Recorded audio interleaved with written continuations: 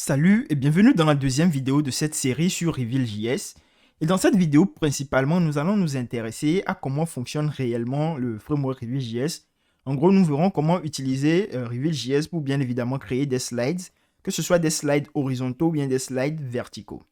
Alors, nous verrons aussi comment jouer sur quelques paramètres pour pouvoir modifier en gros le thème ou bien en gros la structure de notre présentation. Alors, dans la vidéo passée, on s'est bien évidemment intéressé à installer notre framework Reveal.js. Et dans l'exécution dans notre navigateur, nous avons eu une présentation qui a été là par défaut.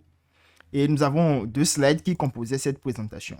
Alors, d'où vient cette page par défaut? Lorsque nous retournons dans notre installation, vous allez remarquer que nous avons déjà de base un fichier index.html, qui est un fichier HTML classique. Dans un premier temps, nous avons l'importation des CSS. Et après, nous avons le contenu qui est dans le body. Nous avons aussi après l'installation de quelques JavaScript et aussi cet élément qui est assez important, c'est ce script ici, ce code JavaScript qui contient en fait reveal.initialize qui va nous permettre d'initialiser notre application. Bien évidemment, initialiser notre application, mais ça va contenir en gros quelques références qui vont nous permettre de configurer en gros notre slide ou bien notre présentation. Alors, si vous remarquez très bien, à l'intérieur de body, ici, nous avons une hiérarchie qui est suivie. Alors, pour pouvoir faire fonctionner votre présentation, pour que votre présentation puisse bien évidemment s'afficher dans votre navigateur, il faut respecter cette hiérarchie. Alors, nous avons dans un premier temps la classe Reveal qu'il faut utiliser. Après, nous avons la classe Slides qu'il faut utiliser. Et maintenant, utiliser le tag ou bien la balise section pour pouvoir créer vos slides. Alors, chaque section ici constitue en gros un slide dans votre présentation.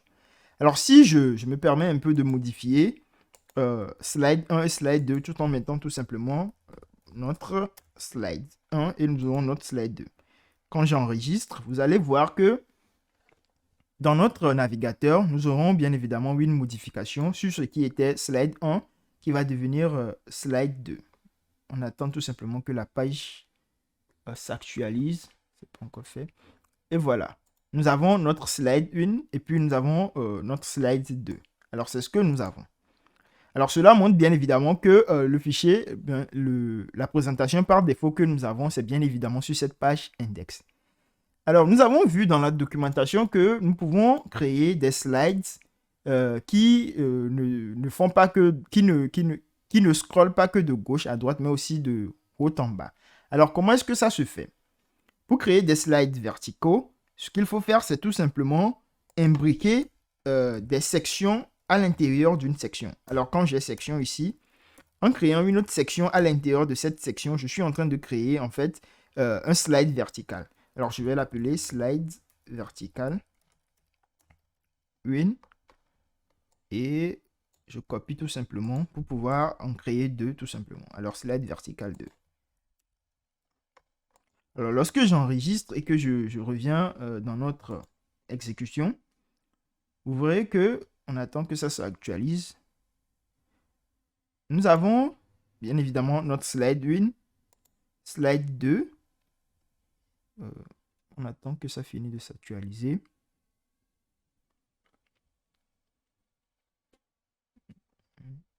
Ok, c'est fait. Nous avons slide 1, slide 2. Et tout juste après, vous allez voir que les flèches ne vont plus maintenant vers la droite, mais plutôt vers le bas. Cela suppose que nous avons des slides qui sont maintenant des slides verticales. Nous avons slide vertical 1 et slide vertical 2. Alors, c'est de cette façon qu'on peut procéder pour pouvoir créer des slides qui sont horizontaux ou bien des slides verticaux. Alors, comprenez très bien qu'à l'intérieur de cette section, vous êtes libre de définir tout ce que vous voulez. Alors, supposons que je veux le modifier à l'intérieur de ma première section. Je veux plutôt un tag qui est H2 pour mettre... bon, je remets le titre, slide vertical 1. Je peux aussi bien évidemment mettre toutes les balises que nous avons en HTML classique. Alors ici, je vais tout simplement mettre notre première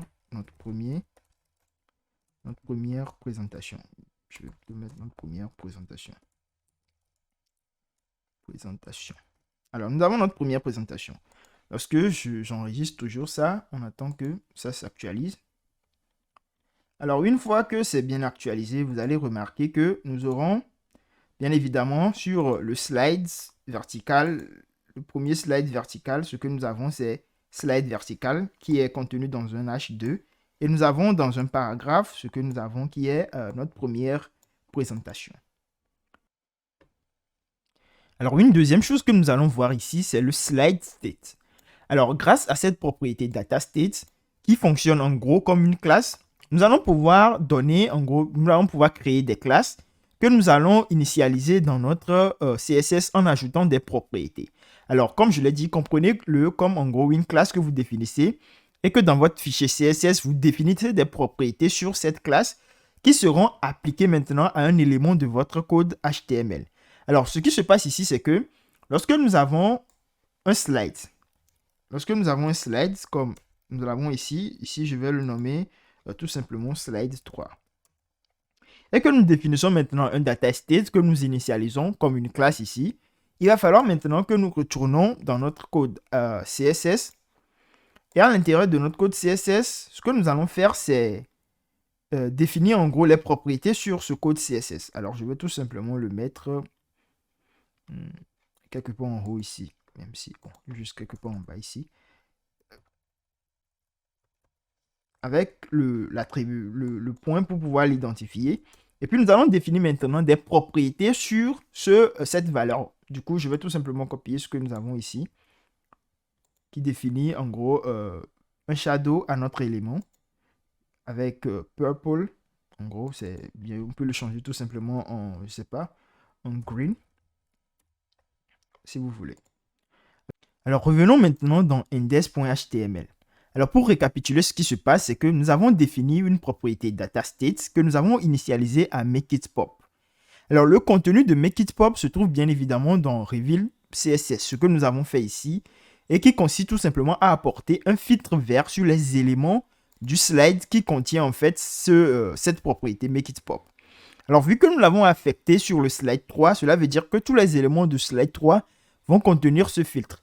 Alors, si j'enregistre et que je reviens dans l'exécution, vous allez bien évidemment remarquer que sur les éléments contenus dans slide 3, nous avons le test slide 3, il y a un vert tout autour, ou bien un vert sur l'élément, vu que c'est un filtre, et aussi sur les flèches de direction, nous avons bien évidemment le vert qui se fait bien évidemment voir. Et de même pour la barre plutôt de progression de notre slide, nous avons aussi du filtre vert qui s'affiche sur cet élément-là. Juste avant de finir cette vidéo, nous allons retourner dans le fichier index.html et tout en haut, nous allons modifier en gros quelques éléments pour voir un peu leur effet sur en gros notre présentation. Alors tout en haut, vous verrez bien évidemment une importation de CSS qui est contenue dans le fichier, dans le dossier dist, thème et puis black.css. En gros, c'est le thème de notre présentation. Alors nous allons retourner dans ce fichier à l'intérieur de notre projet pour voir un peu quels sont les autres éléments qui sont contenus dans le thème de notre présentation et voir quels sont en gros ce que ça donne dans l'affichage. Alors vous allez choisir ce qui vous convient le mieux pour vos projets. Alors bien évidemment ici nous avons le black.css que nous avons utilisé ici, du coup ça vient de là. Et nous avons dracula.css. Alors je vais utiliser Dracula pour voir ce que ça donne. Dracula.css.